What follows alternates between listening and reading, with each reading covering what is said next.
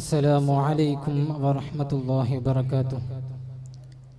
الحمد لله رب العالمين، والصلاة والسلام على سيد الأنبياء والمرسلين وعلى آله وصحبه أجمعين، أما بعد، فأعوذ بالله من الشيطان الرجيم. بسم الله الرحمن الرحيم. إذا جاء نصر الله والفتح ورأيت الناس يدخلون في دين الله أفواجا فسبح بحمد ربك واستغفره إنه كان توابا.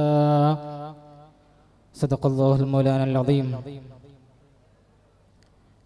കാതങ്ങൾ ഏറെ പിന്നിട്ടിട്ടും ഇന്നും ആർക്കും തകർക്കപ്പെടാനാവാത്ത വിധം ഒരു വലിയ പ്രതിഭാസമായി നിലകൊള്ളുന്നതാണ് വിശുദ്ധ ഖുർആൻ.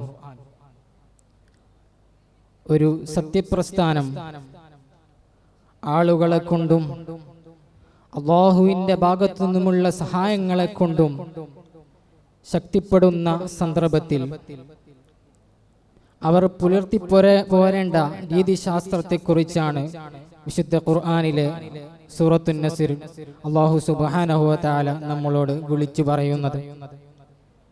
ഹിജ്റ 8-ാം വർഷം നടന്ന തുല്യതയില്ലാത്ത ചരിത്രം വിശേഷിപ്പിച്ച ഫത്ഹ് മക്കയുടെ മുമ്പായിട്ടാണ് ഈ സൂറത്ത് അവതരിക്കപ്പെടുന്നത്. ഇദാ ജാഅ നസ്റുല്ലാഹി വൽ ഫത്ഹ്, അല്ലാഹുവിൻ്റെ ഭാഗത്തു നിന്നുള്ള സഹായം ഫത്ഹ് മക്കയും വന്നണഞ്ഞാൽ വറഅയ്ത الناس يدخلون في دين الله അഫ്വാജാ, നബിയേ, അങ്ങ് കൂട്ടം കൂട്ടമായി ആളുകൾ ദീനുൽ ഇസ്ലാമിലേക്ക് കടന്നു വരുന്നതായി കാണാം. അതുകൊണ്ട് നബിയേ, ഫസബ്ബിഹ് ബിഹംദി റബ്ബിക വസ്തഗ്ഫിർഹു ഇന്നഹു കാന തവ്വാബാ, അങ്ങനെ വന്നണഞ്ഞാൽ സ്രഷ്ടാവായ റബ്ബിനെ സ്തുതിക്കുക എന്നതോടുകൂടെ അവനെ അങ്ങ് പ്രകീർത്തിക്കണം. ആ റബ്ബിനോട് അങ്ങ് പൊറുക്കലിനെ തേടണേ നബിയേ. മുത്തുനബി സല്ലല്ലാഹു അലൈഹി വസല്ലം തങ്ങൾ അവിടുന്ന് തെറ്റ് ചെയ്തിട്ടില്ല. അവിടുന്ന് ഉമ്മത്തിന് കാണിക്കാൻ വേണ്ടിയാണ് അങ്ങനെ അല്ലാഹു സുബ്ഹാനഹു വ തആല ഖുർആനിൽ വസ്തഗ്ഫിർഹു എന്ന് പറഞ്ഞത്.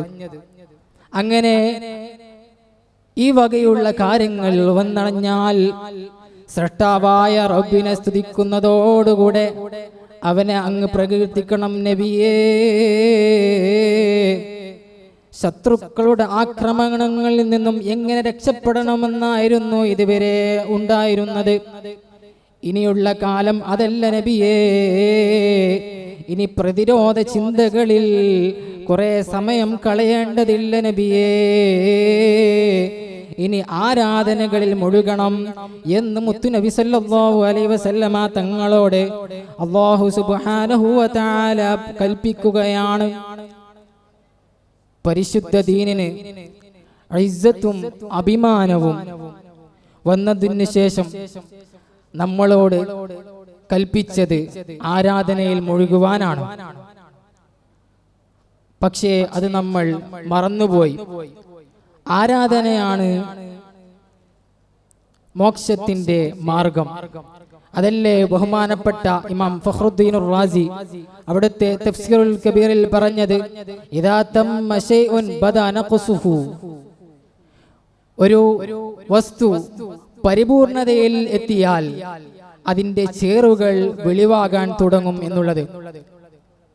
അതാണ് മുത്തുനബി സല്ലല്ലാഹു അലൈഹി വസല്ലമ തങ്ങൾ പറഞ്ഞത്, എന്റെ സമുദായം 73 പാർട്ടികളായി തിരിയും. അതിൽ ഒരു പാർട്ടി മാത്രമേ സന്മാർഗം സിദ്ധിച്ചവരായ ആളുകൾ ഉണ്ടാവുകയുള്ളൂ. അതാരാണ്? മാ അന അലൈഹി വഅസ്ഹാബി, ഞാനും എന്റെ അനുചരന്മാരും ഏതൊരു ആശയത്തിന്റെ മേലിലാണോ അതിൽ നിലകൊള്ളുന്നവരാണ് സന്മാർഗം സിദ്ധിച്ചവർ. നമുക്കറിയാം ചില വ്യാജ ത്വരീഖത്തുകൾ അവരുടെ ആശയം തുടക്കത്തിൽ നല്ല ആശയമായിരിക്കും.